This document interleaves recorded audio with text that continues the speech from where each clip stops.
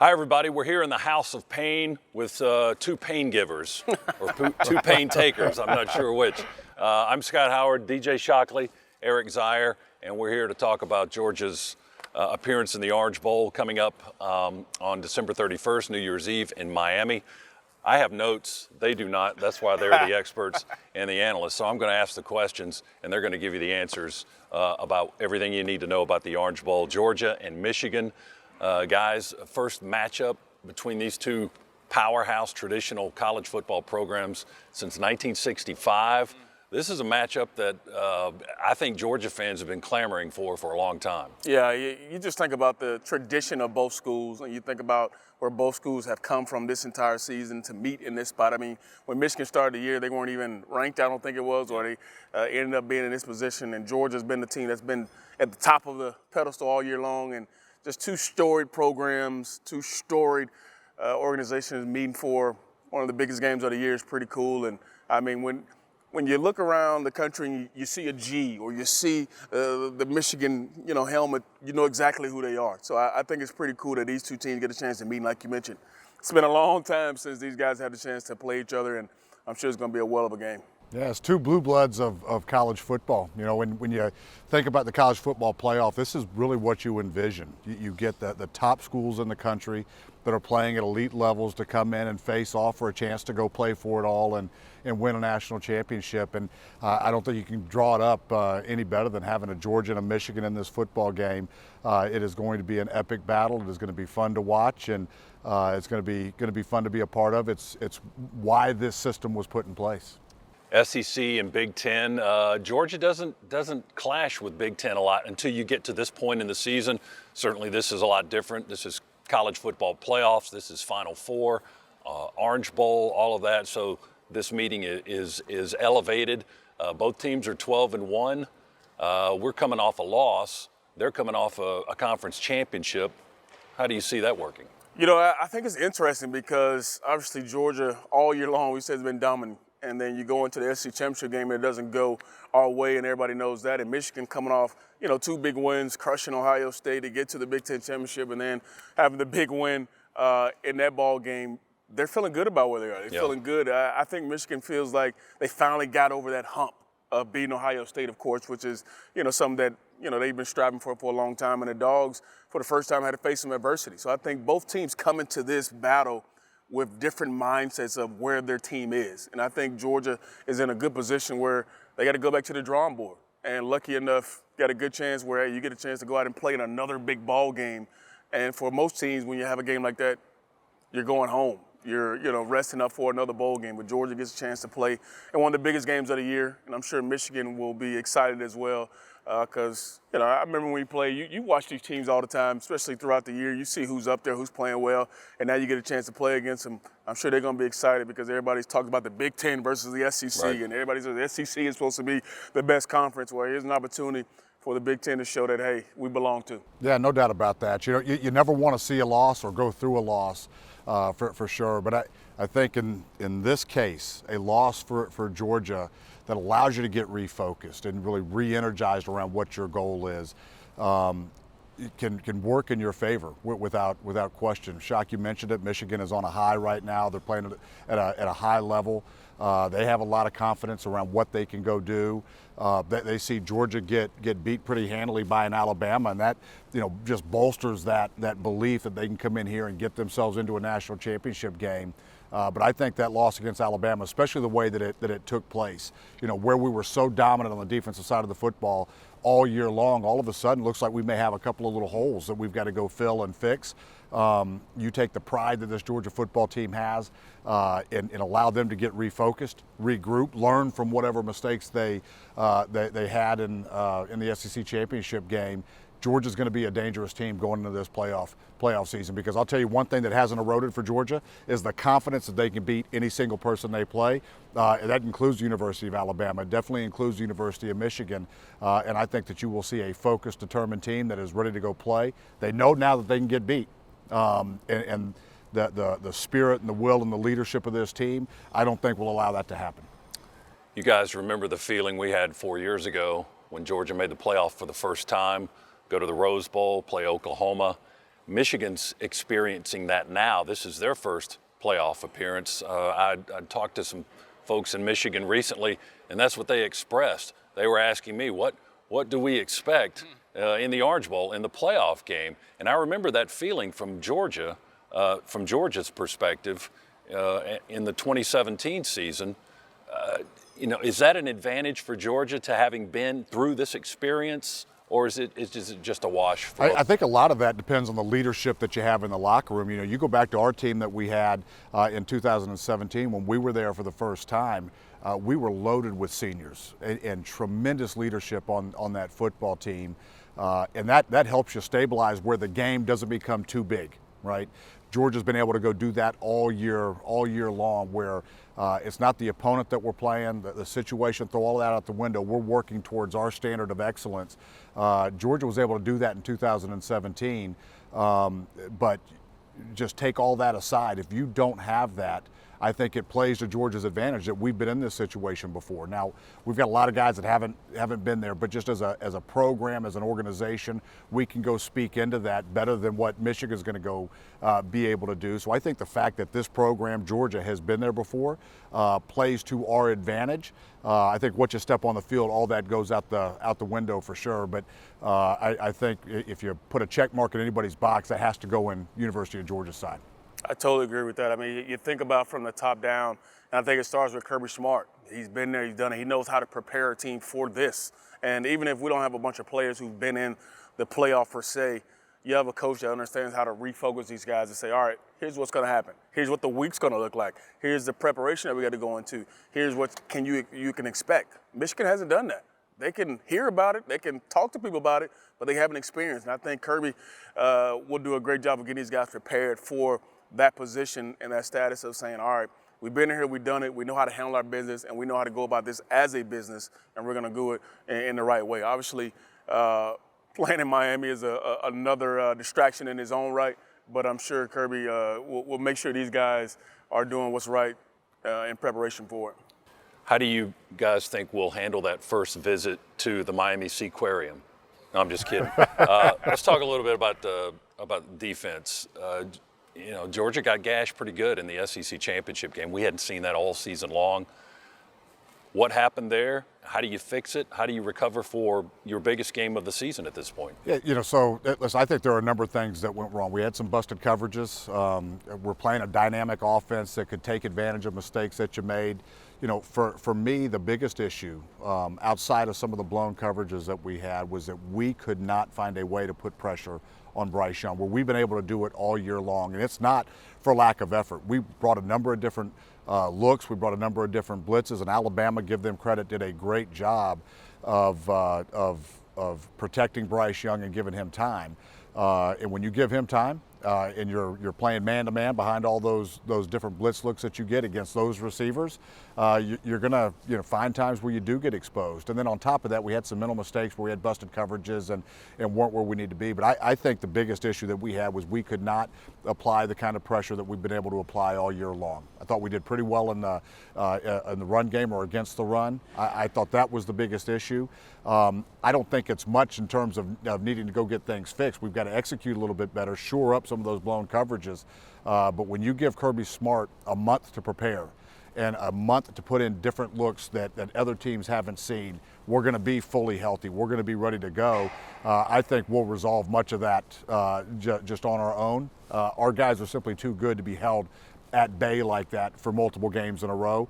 I think you'll see the strength and the athleticism and the power that we have find ways to be disruptive and get into the backfield. When I look back on that game, Zeke, you point out so many great things that happened in that game and so many things that hurt us. And when I look back on our inability to get to the quarterback, I think the biggest thing was sometimes we got out of our rush lane. Sometimes when we rushed Bryce Young, we rushed him at an area where he was able to find little avenues to get through. And usually throughout the season, many quarterbacks didn't have that. We had every gap pretty much protected. We had every gap pretty sound. In that ball game, we got out of gaps a little bit, and that hurt. Yeah, and I think because of that too, as that game progressed, you saw us, even as we were rushing the quarterback, take a much more measured approach where we weren't on the attack, for fear of him getting out of the pocket and hurting us. So all those things kind of played together in that football game. We played a great football team that had a good plan against us, and they were ready for what we were bringing. It's hard to do that against teams twice, and once that happens to you one time, regardless of who you're playing, you learn from those things as well, and I expect us to do that. And see, here's the other thing. When you say that, it makes me think about when guys try to do more than what they're coached to do. All year long, each guy won their individual one-on-one. Well, we got in that ball game, and there were times where guys were trying to do something else. They're trying to do a little bit extra. They're trying to, okay, well, I see him scrambling out this way. I'm going to rush a little bit this way so that he can't get out when that wasn't his job. Georgia hasn't done that all year. You have to be sound and disciplined in what your job is. And all year long, we did have to face that kind of adversity. In that ball game, I think guys who are so talented tried to take it upon themselves to help their defense, which is, what you expect is guys to try to elevate their game. But in that moment, you got outside of yourself and did things that you weren't usually used to doing in the previous 11 games. So you got to make sure you do your 111 is what we call it on either side of the ball, and those guys have to do that every time you face out.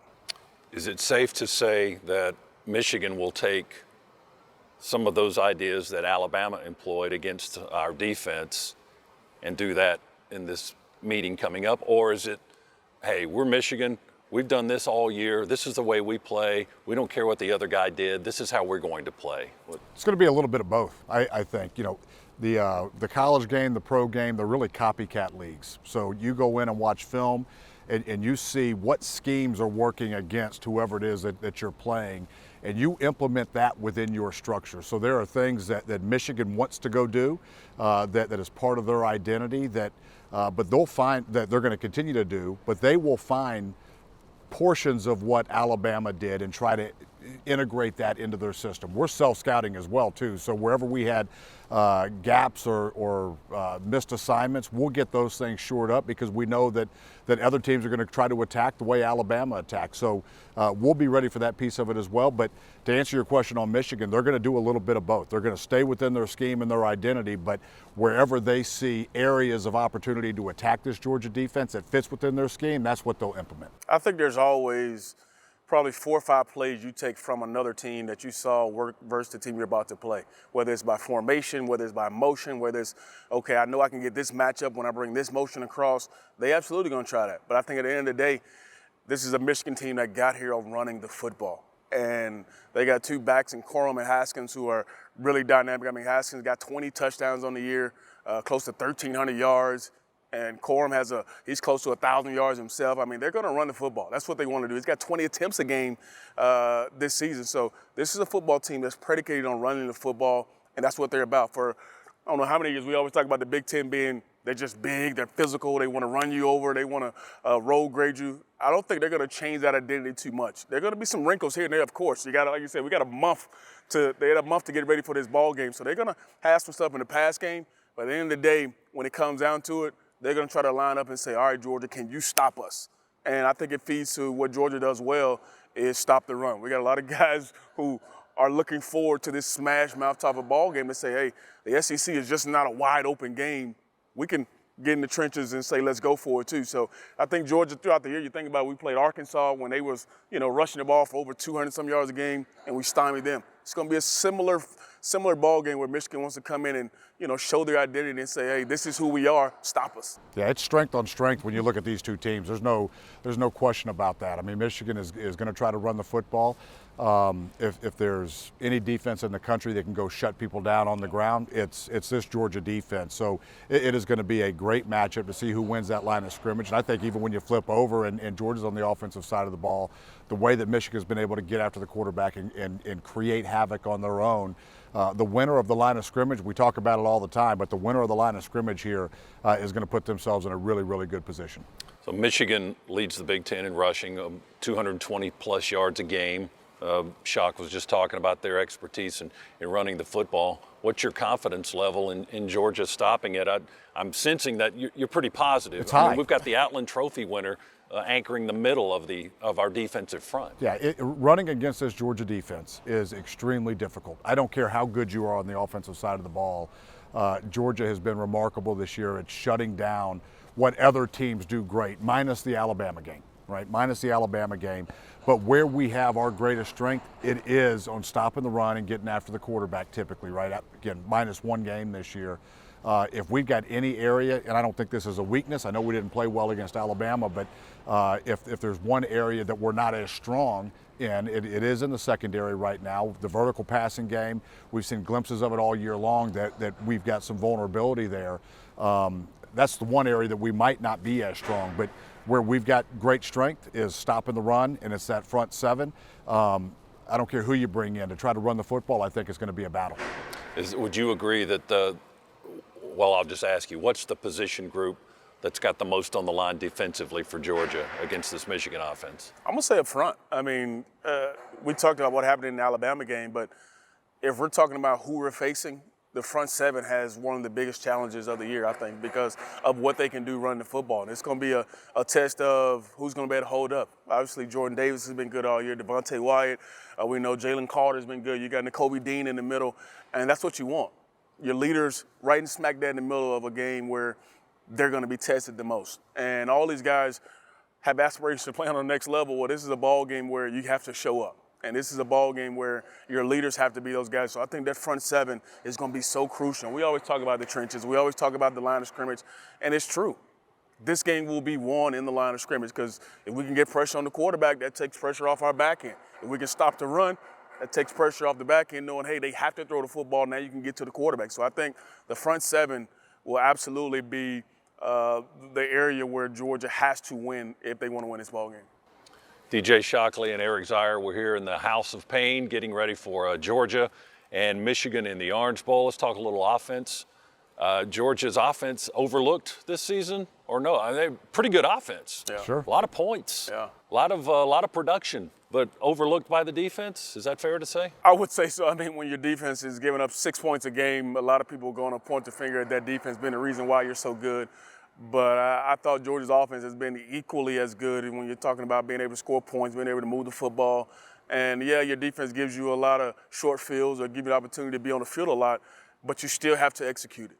And we have done a good job, I thought, all year of being a team that can run it when you need to. We've seen a few ball games where we used our run game to close out ball games. And then there's instances throughout the year where we had to throw the football. And the guy in Stetson Bennett, who, kind of has been the guy all year, I thought he was, pretty remarkable in some of the stuff he did this year. Nobody expected Stetson to have the kind of year that he had.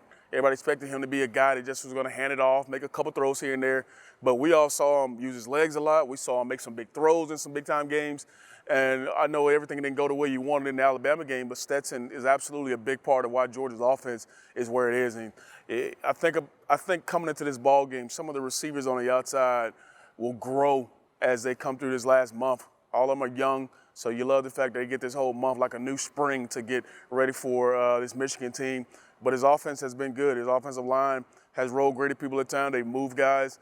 But we also have to do just an even better job in this ball game because we know what's coming on the other side with, their Heisman candidate over there who, Aiden Hutchinson, who 14 sacks on the year. They got another Jobu on the other side who's gonna pressure the quarterback. But I think our offense has been pretty good, and I don't think they should be overlooked. No, and listen, Michigan has got some great defensive talent for sure, but this Georgia offense has faced great talent as well. So we're not going to back down or be scared of anybody. The one thing that I think, and I agree with everything that you said, Shock, what we have to be better at is protecting the football. Right? You go back to Alabama, we had a pick six, right, through another interception that hurt us. Almost had another pick six early in the football game. Against great football teams, you can't turn it over. You've got to be able to go win that battle. And if we protect the football, especially now that we're going to be getting some guys back. George Pickens, we saw a cameo appearance from him, in the past couple of games. He's got another month to get better. Yeah. We've got another month for Brock Bowers. As good as he's been, just think he's going to continue to get better and better. Darnell Washington continuing to emerge, right? We'll get all of our running backs hopefully back and healthy. So you look at the talent that we have, we can go match up with anybody. We have been overshadowed this year for sure, or the offense has been overshadowed because of what the defense has done. But this is a dynamic offense that can take what defenses give. If we protect the football, we can put up a lot of points. I was looking at some of the numbers recently. Zamir White, who was our leading rusher all season long, last 3 games has only had 17 carries. James Cook has kind of taken the, I don't want to say the primary role, but he's got more carries than Zeus over those last 3 games. Are we shifting in how we want to approach running the football? You know, I think it's all about who has a hot hand in the game. And I think a lot of times James is such a matchup problem for a lot of different teams, and we're trying to find ways to get him the football. And I think, you know, it's not just out of the backfield. It's, you know, we spread him outside and throw it to him. Zeus, as we know, is a downhill physical runner, and sometimes you may need him for a couple carries here and there. Definitely need him for the end of the ball game. But Georgia's been so talented over the years, and this year is no different with the amount of backs that you have. So it's hard for any back, I think, in this offense with the way we want to run the football and keeping guys fresh to have more than 15 carries in a ball game, because you have so many talented guys you have to get the football to. Talked about some of the receivers, talking about George Pickens coming back. You want to get those guys the ball, but then also you got 4 backs back there who you got to try to find ways to get it. So I don't think it's a product of Zamir not being effective. I just think you got so many other guys who you're trying to get the football to, and whenever Zamir's got the football, he's been effective too, though. I think it's a product of James Cook has been in the zone. Yeah. He is running the football as well as he's ever run it. Zeus has been, there's no fall off in Zamir's game whatsoever, or any of the other backs. This is really about James Cook. When he's running right now, his vision, the way he's seeing holes, the way he's accelerating through holes, he's just playing at a level that I think it's the best that he's played since he's been on campus, and he's been pretty good. So he's moved that to the elite status. We've talked about elite all year. Well, he's moved his game into that level and that status. I just think he's just playing so well. You've got to get him the football. All right, offense, defense, special teams. We haven't talked about special teams yet. So let's touch on that a little bit. Michigan has the Grozo Award winner, place kicker, in Jake Moody. We've got a pretty good place kicker in Jack Podlesny. Both teams have excellent punters. Camarda had another awesome season and is probably going to set the Georgia record for career yardage average, eclipsing Drew Butler, who won the Ray Guy Award a number of years ago. So from a kicking standpoint, it's kind of even. Michigan's punter's good. You know, the return game, what do you think about the return game? That's kind of been negated from the sport almost, hasn't it? Yeah, it really has, by design, just for safety of players for sure. But I look at, I do think in the kicking game right now, it's really a push. Got great kickers on either side. I think when you look at specialty teams and the units, I think that Georgia in most games has the edge because we have recruited so well, and the talent that we have on the field, it really is superior to other teams that we have. You're not putting your frontline guys out there, but we go 2 to 3 back. We've got 4 and 5-star guys that are loaded up on this roster with tremendous athleticism. Other teams simply haven't recruited as well. So as you get deeper into their rosters, they're just going to be outmanned in many cases. Michigan's good. They're well coached. Harbaugh is a fantastic football coach. He'll have them ready to go. But just when you look at the talent and the depth that Georgia has, when you get into the special teams units, we typically outman others that we go against just because we're deeper. And I think we've done such a good job throughout the year changing field position, especially throughout the year. And you talk about how, Jake's able to hang that football up, or he's able to diagonal where it, goes out of bounds inside the 10-yard line. There's so many things that have changed the game, like Z just mentioned, to make it safer. Think about how many guys do the rugby-style punting. I mean, there's so many different ways that coaches are trying to win that third phase. And obviously, it's one of the biggest phases of the game, too, because things can change off of it. I mean, think about how many times somebody comes out and has an onside kick coming out of the second half and it gives you an extra possession, then here's some extra, points. Or, you don't have a guy who you feel comfortable about when you pass the 40-yard line kicking a field goal. I mean, all that kind of stuff matters. In this ball game, you got, 4 guys, who put their foot on the football and, they're pretty sound in what they do. So it is a push, but when you think about field position, it matters. If you have one kick that doesn't go right, it changes the outlook of the game. Then you're talking about special teams when usually it's just a phase where you say, okay, let's hurry up, get to the offense or defense. It's going to be a big part of this game as well, which guy comes out and plays to the standard that you just talked about. Special teams also is an area where you can see some different type play development. You can try some trick things. You can, reveal something that you haven't shown all season long that you've had in the playbook. Is there a need to do that in this particular game, do you think, or are they just going to play it straight up?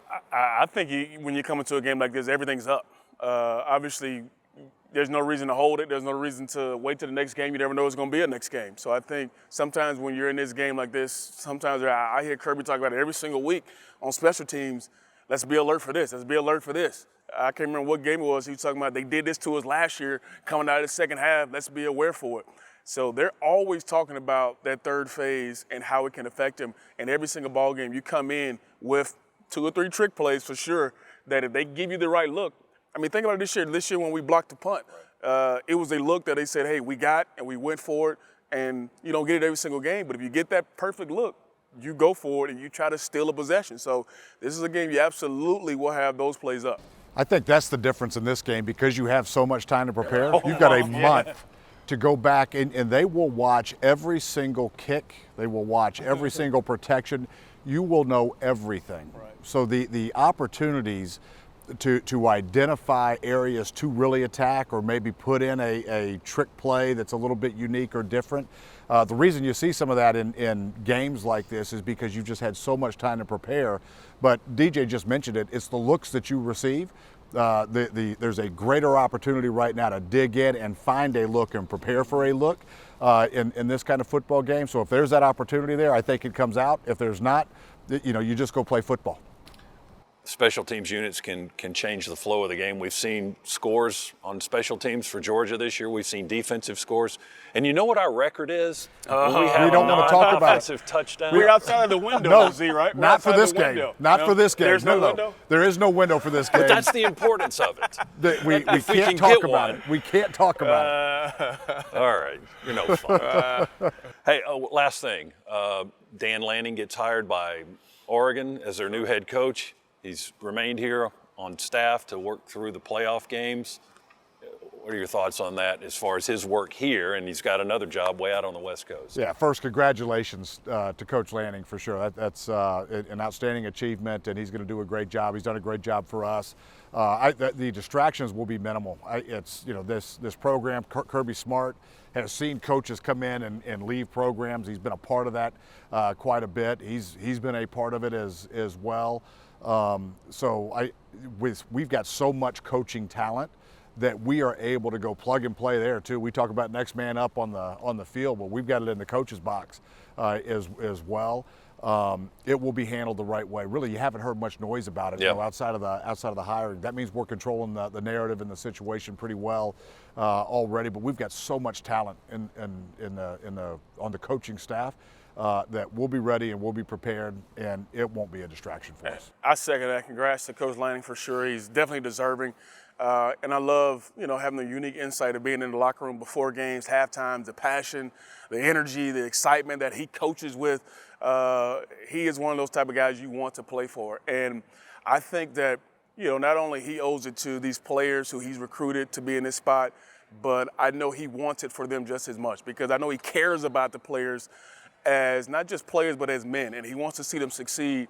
And the best way for them to succeed is to him see this through. So I'm glad that he stayed on. I'm glad he's still here because the guys absolutely love him. They feed off him. And like Z said, only thing you've heard is he's gotten hired and that's been it. And he's, put his head down. He's going back to work and that's what you like. And I think ultimately because we got guys on the staff like our head coach who's been there, who's done it, that this team won't flinch because of that leadership. Yeah, and the two guys that are co-coordinators now, Will Muschamp and Glenn Schumann. So pretty good. Some good talent to fall back on there. That's Eric Zeier. That's DJ Shockley. We're in the House of Pain here, and we want to see you at the Orange Bowl on December 31st. It's a 7:30 game. We'll all be on the radio that day, so we start at 3:30 for our coverage of Bulldogs football in the playoff and in the Orange Bowl, Georgia and Michigan on the Georgia Bulldogs Sports Network. We hope to see you there, and go Dogs. Go Dogs.